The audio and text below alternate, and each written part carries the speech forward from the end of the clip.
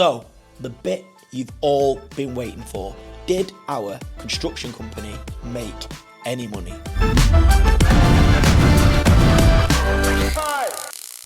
So welcome to EveryTrade, Behind the Build. Those that don't know me, my name's Chris, and with my business partner Alex, we own a construction company, a bespoke joinery company, a property development company, and a grab and aggregates company. We are bang into business, and in this video, I'm going to tell you, warts and all, whether our construction company made any money this year. We started this YouTube journey 12 months ago, and it's been a bit of a crazy ride. We've had highs, we've had lows, we've had wins, we've had losses, but we've tried to be honest and open all the way through. We want people to come behind the build and see how we're building and trying and struggling to grow our construction company, our bespoke joinery company, our property company, and also trying to get from brand new a grab and aggregates company started. So stay tuned to the end of the video, because I, against my better judgment, I'm going to open the books and show you guys if we made any money or if we made a loss. But before we get to all that, I thought it might be interesting to take a look back and see what we've been up to this year. The great thing about documenting the business week in, week out, is that you can get to look back and see how you got on. This is one of the main reasons I decided to do this YouTube thing. I wanted to basically create a record of our development and my own personal development, and also have something for my kids to look back on in years to come and see that their dad wasn't a waste of space and actually tried to get up every day and do the best he could to build something meaningful. We've made a lot of investments this year, mostly around our grab and aggregates yard. What I didn't realise when I was inspired by all these other YouTubers and companies growing a grab company and an aggregate company is that you have to spend a lot of money just to get going. And wow, I undercut that a lot. We bought 4 trucks. We already owned a small baby grab, but we bought an 8x4 grab, a 6x4 grab, an 8x4 tipper, and for some mad reason, a recovery truck. We've spent way in excess of £400,000 on that yard this year alone. Whew, that is a lot of money. Just thinking about it makes me feel a bit ill. Now, obviously, we've not spent all that money up front. We've put a lot of the stuff on finance, and that's just the way we've had to work. People think that if you can't afford it, you shouldn't buy it. However, I want to challenge that, because if we stuck to that, we wouldn't have anything. We wouldn't have all the vans we've got now, which we've got nearly 40. We wouldn't have any of the properties that we own. We literally wouldn't have a business. We've leveraged money, other people's money, institutional money, private investment to grow our businesses. But what we're good at is doing the sums. We don't just take people's money and think, oh, let's hope it works. We will take money based on a series of calculations and models and projections to see whether we can actually turn that piece of money into a regular and growing revenue stream. We also invested a lot in plant and machinery. We started the year purchasing our rubble crusher, a compact crusher that we thought would set us up for the next 5 years. However, it's become apparent quite quickly that that machine isn't quite big enough for what we want to do with our yard. We've also bought a small soil screener, a trommel, and then we got offered the chance to buy a Keystrat K4 3-way screener. Now this was a proper bit of kit, and we ended up investing over 100k in that. We really didn't want to have to buy it. However, we were renting it from someone, and it became apparent that they would have to get rid of it pretty quickly, and we don't want to lose our access to that. So because we had healthy credit and a credit line already in place, we moved fast. I think I really underestimated how much money we'd have to put in just to get this yard into a minimal viable product that it is today. We're not making money from that yard yet, and I'll talk more about that later in the video, but we've had to put some serious money into that operation. So first and foremost, we are a construction company, and we've worked on some amazing projects this year. The bread and butter of our business is extensions, renovations, working in the domestic market. Now, we made a choice to do that. When we first set this business up, I actually was aiming at the commercial market and education. However, I realised quite quickly that you had to wait to get paid. So we pivoted into the domestic market. And what I found was that worked really well with social media. So we created this whole EveryTrade brand and really went out after the domestic market. Now, I know it's unfashionable and I know a lot of people think proper builders don't operate in that market, but I'm very comfortable in that market. We get paid weekly. We don't have long payment terms. Don't get me wrong, sometimes people are slow to pay. However, I'd say most of the time, we're very good at getting paid. We also work with a great panel of clients, and one of them, our biggest client, is an investment company backed by a pension fund, and they do large scale student properties, and we've been lucky to work on some amazing projects for them this year. The standout project was project 849, where we had 9 weeks to build 4 top of the range student properties to include extensions, structural works, rewires, about 12 bathrooms, landscaping. The programme was almost impossible, I'd say, but our team, led by Sean, aka the Bizzle, pulled together and did the business. And it was really lucky because we got to bring you that on the channel. We've deliberately set this business up to be able to cater to any job of any size, and we'll take jobs on getting paid 60 quid. We're not bothered. But also, we've delivered £1.23 million projects. And I believe that's the best way to set your business up so that at any point, if the market goes quiet like it has done of late, we can still stay busy. All of our team are multi-skilled, and we deliberately recruit tradespeople like that because no matter what happens, we can do a £100 job or a £1.23 million job, and that is the way we've built this business. At the start of this year, Alex and I decided to dip our toe in acquiring other businesses, and more on that later. Our first purchase was Preferred Joinery, an amazing little company based in Liverpool that's been around for 28 years nearly now. They're synonymous with manufacturing high-end timber, sash windows, staircases, one-of-one doors, and their reputation in the area is unrivaled. We knew very little about this business when we purchased it. However, there was a great team in place. The founder was retained and all the team were kept in place, giving us a chance to build on what is already a great company. Once we acquired the company, that was almost the easy bit. The challenges have come from trying to grow the company because we knew that if we were going to add some value to this company, we had to grow it. The biggest issue has been the lack of skills out there. We've got a great team in place already, but for us to grow that team and not have ridiculously long lead times, we had to attract and try and take on some skilled bench joiners and tradespeople. However, we've struggled. There just isn't enough people out there. We've also really suffered from a lack of space. We've got 2 decent sized units there, and we've been trying our hardest to get the unit next door, but we've struggled. We can only manufacture and store so much at once. But yeah, it's been a great purchase. The team in place there are brilliant. And because of YouTube, we've actually managed to really grow it faster than we thought, to the point where now we're really trying our hardest to grow the team. We're also looking at maybe implementing a CNC machine and upgrading the machinery to bring it bang up to date with the modern techniques. However, we don't want to move away from the traditional craftsmanship that's given Preferred its already amazing reputation. We've got big plans for Preferred Joinery, and we're going to document the entire process on YouTube for you guys.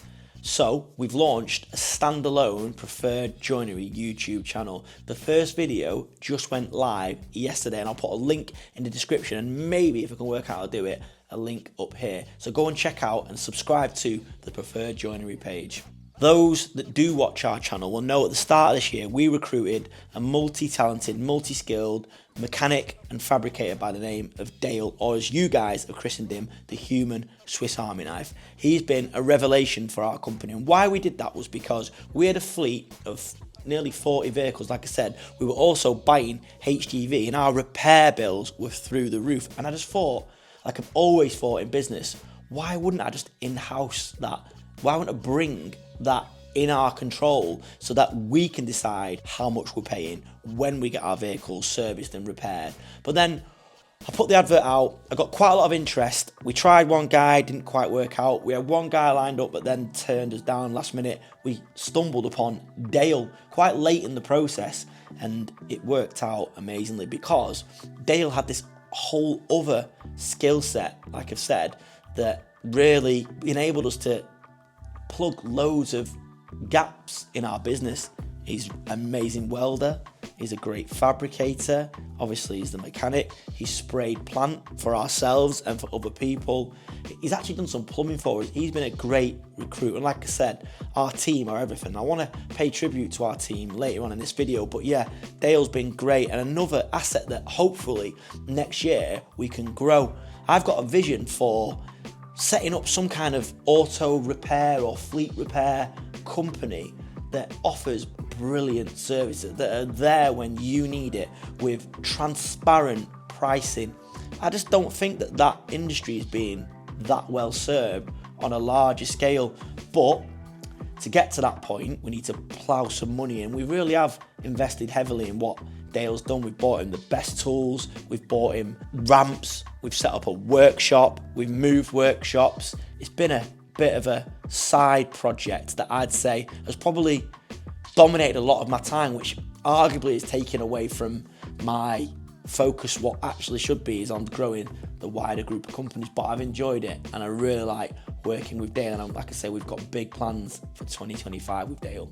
So one of the main reasons I started this YouTube thing was because I loved watching other YouTubers, and this year I've had the pleasure of spending time with quite a few of them. There's loads, to be honest, and they're a lot more approachable when you think. Obviously, my main man is Dave from D&J Projects. He's been all over our channel. He's been great in helping us grow it. He's given me lots of advice, but you know what? He's become a close friend, a really close friend, and I'd say we speak most days. We talk about business, challenges, opportunities, but we also talk about each other's personal lives. And you know what? I feel like if nothing else comes from this YouTube thing, I've got a mate for life there, and I think the world of him, and yeah, what you see is what you get with him.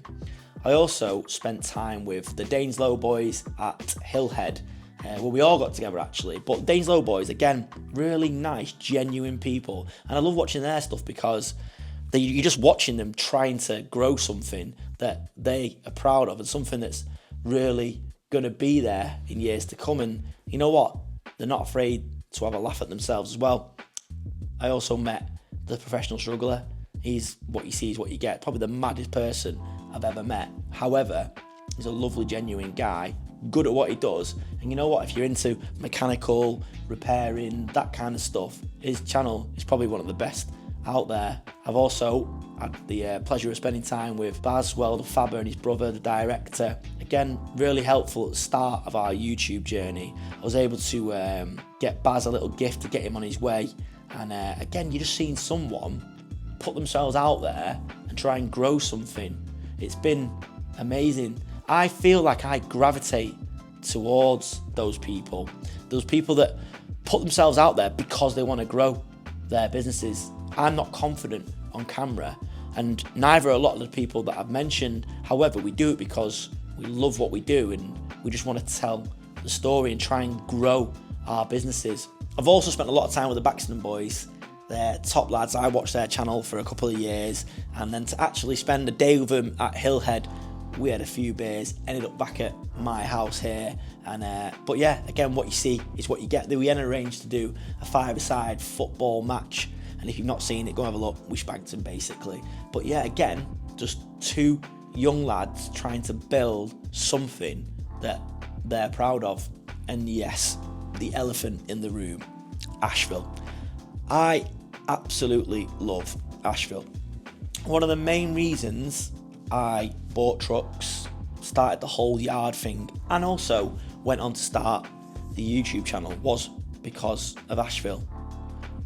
I think in the early days, I didn't realise how much I was leaning on Asheville to basically convey what I wanted to put out, tell our story. And it seems obvious looking back now, but yeah, I was probably imitating him a lot more than I should have done. And I don't know whether he's ever seen our stuff, and I hope he took that as a compliment, not as an insult, because his stuff is so good, and his storytelling and the effort he puts into his videos is pretty much unrivaled. But I have reached out to him a few times, and I've got no right to really, because I don't know him, he doesn't know me. But I reached out from one industry person to the other, especially in recent months, where I think those that have watched Asheville's content for a good few years have seen that, you know what, he's struggling a bit, not necessarily financially, but you can see it in his mental health. So I've tried to reach out. I've sent him a couple of emails. I've sent him one email, sent him a couple of DMs on Insta, and I've not heard anything back. But it's fine. He doesn't know me. We're not mates. He doesn't need to reply. But I hope that he knows that I actually think he's one of the best to do it, and his content's brilliant. But at the end of the day, we're all just business people. My business is different to his business, is different to Dave's business from D&J, is different to Baxenden and Baz. But we're all just trying to tell a story, our own story, for you guys to enjoy. So yeah, I hope one day maybe I will bump into Daniel. I really respect him, and I hope maybe he'll realise that the imitation that's come from our content is nothing other than the fact that we just love what he did and what he does. One of the best bits about this YouTube thing is getting to know subscribers.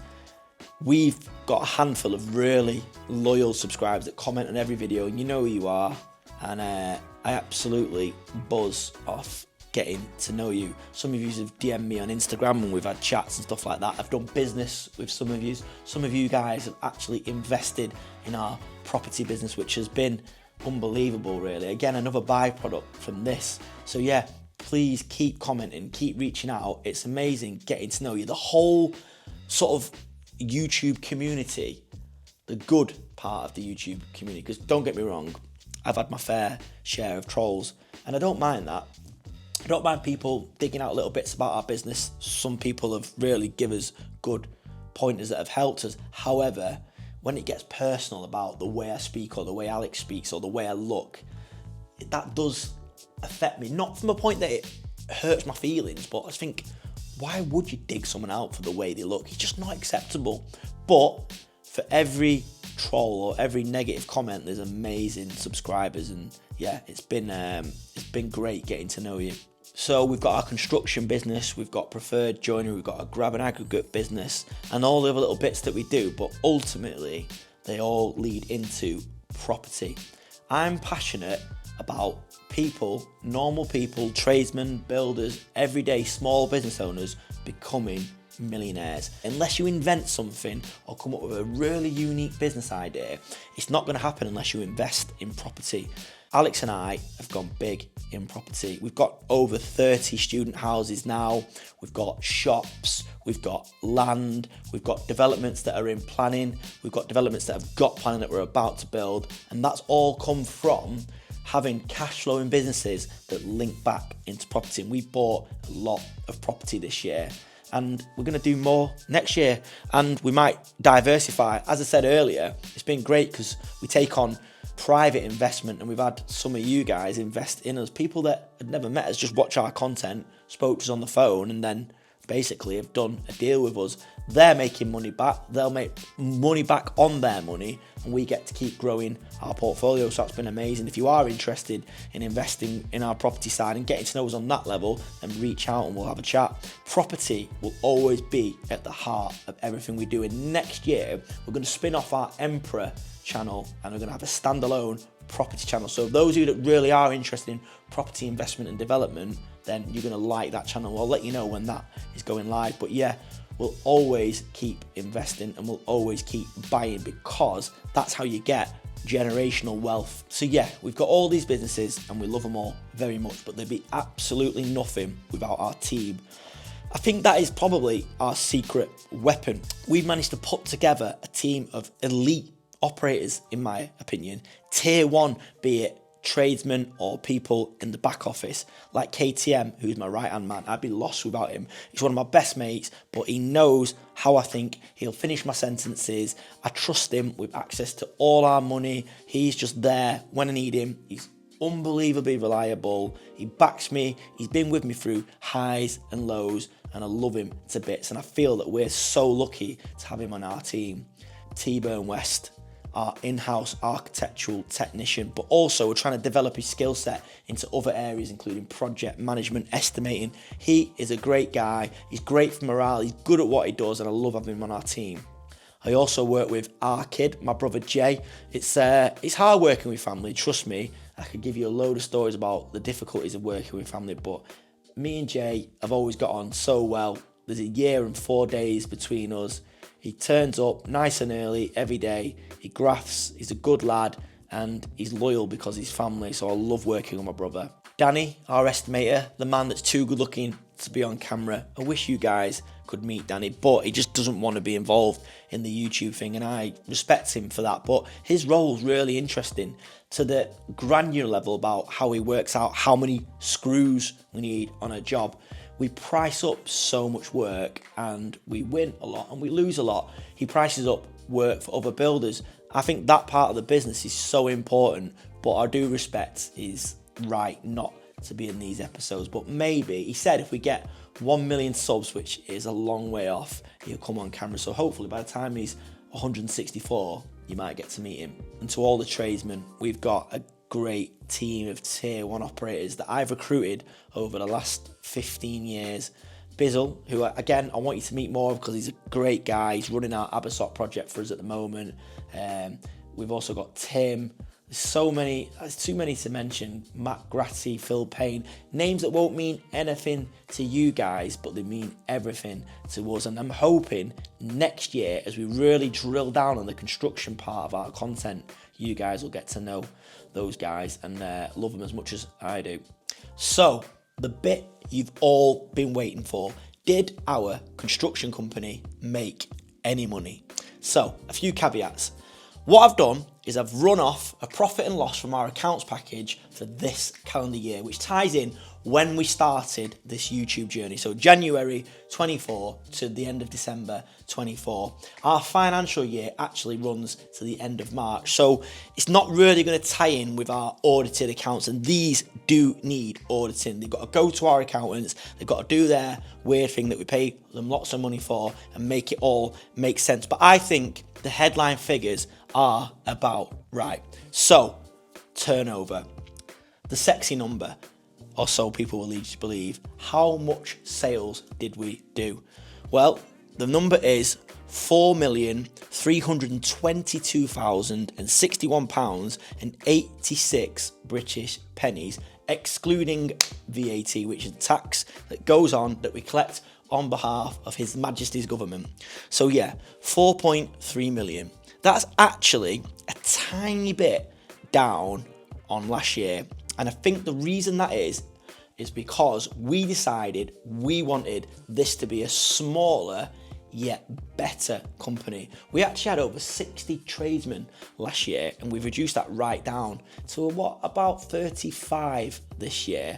And we found that enables us to work on the projects we want to work on. We don't have to take on projects that really we didn't want to do. We were just doing it to keep people busy. And we've been able to sort of cherry pick clients, customers, and projects that really fit our needs.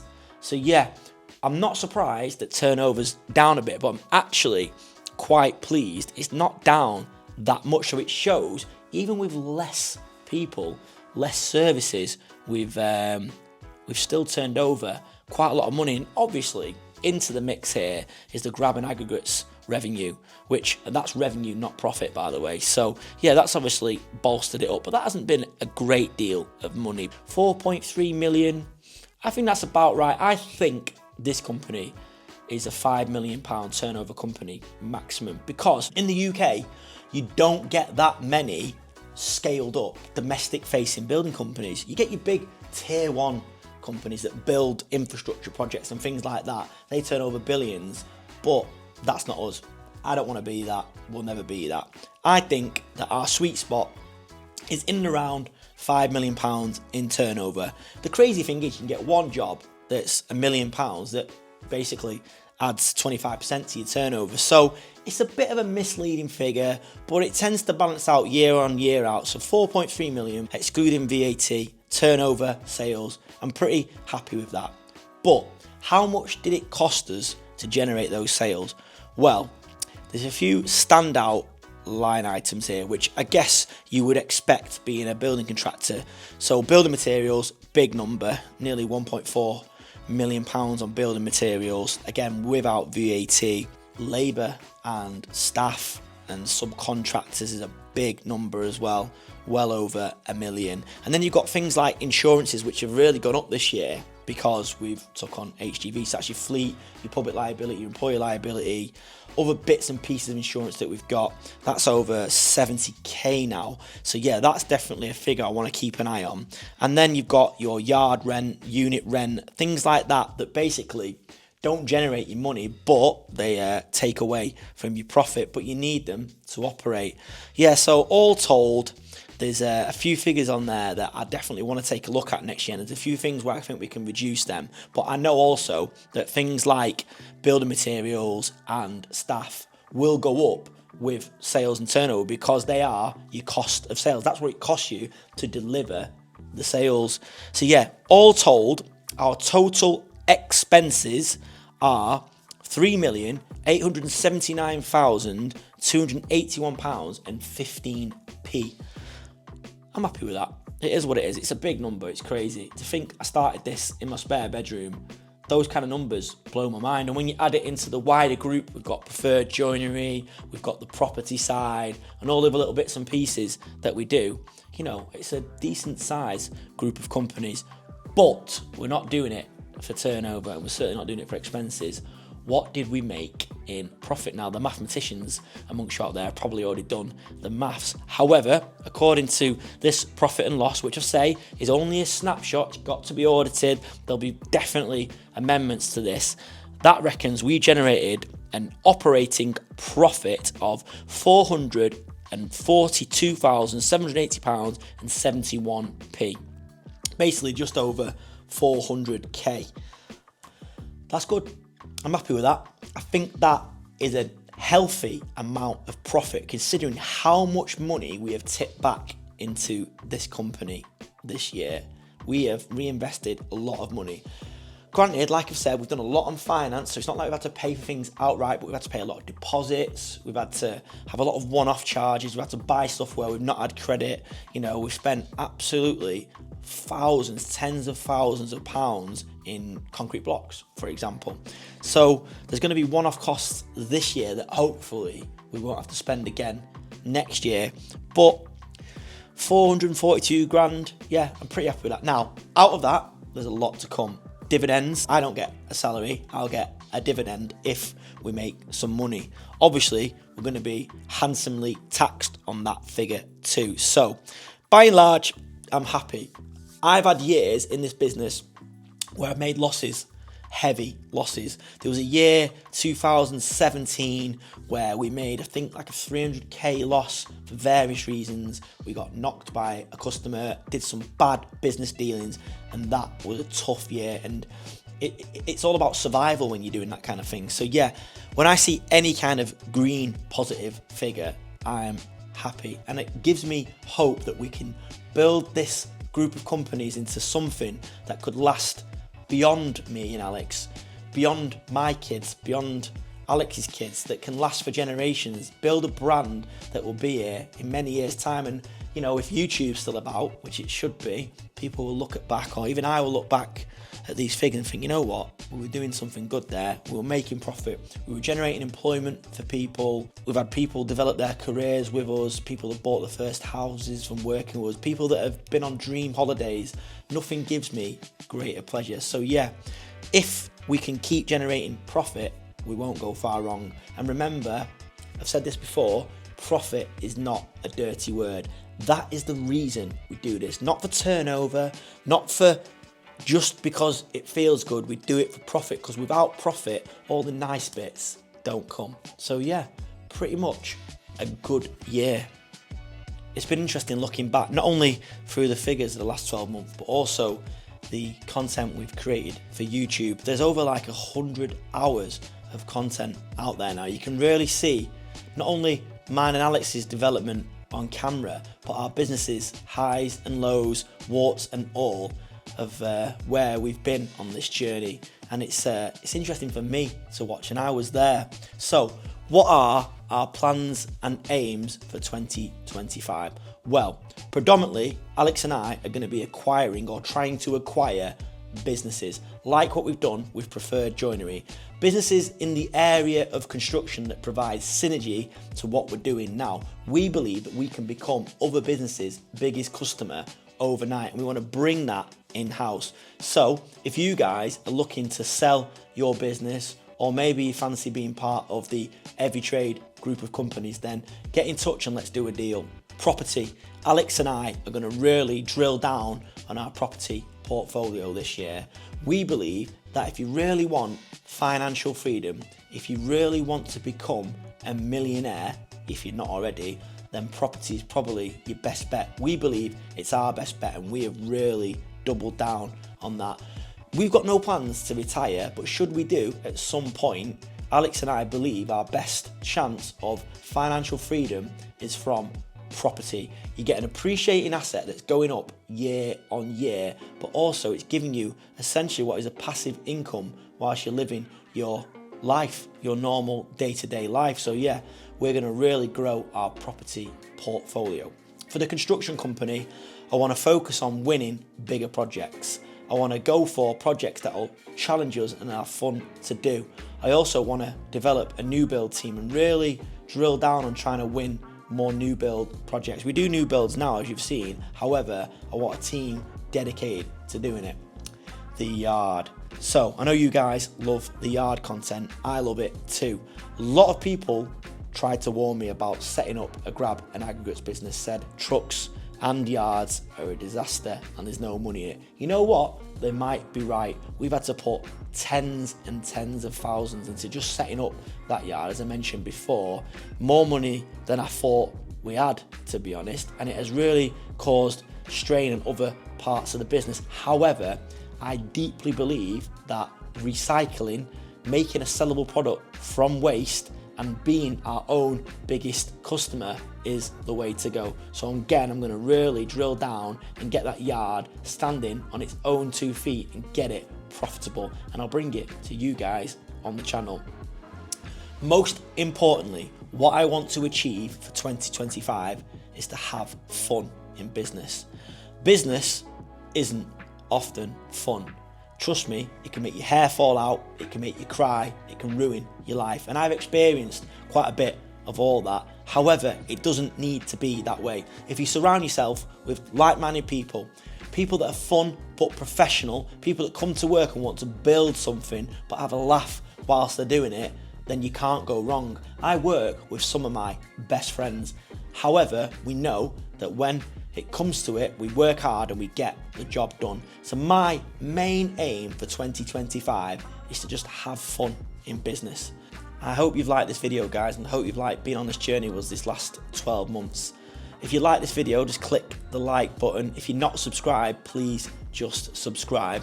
Also, if you can think of any areas or businesses we should be acquiring, any ideas you've got for our business, then bang them in the comments below. I read every single one of them, and so does Alex.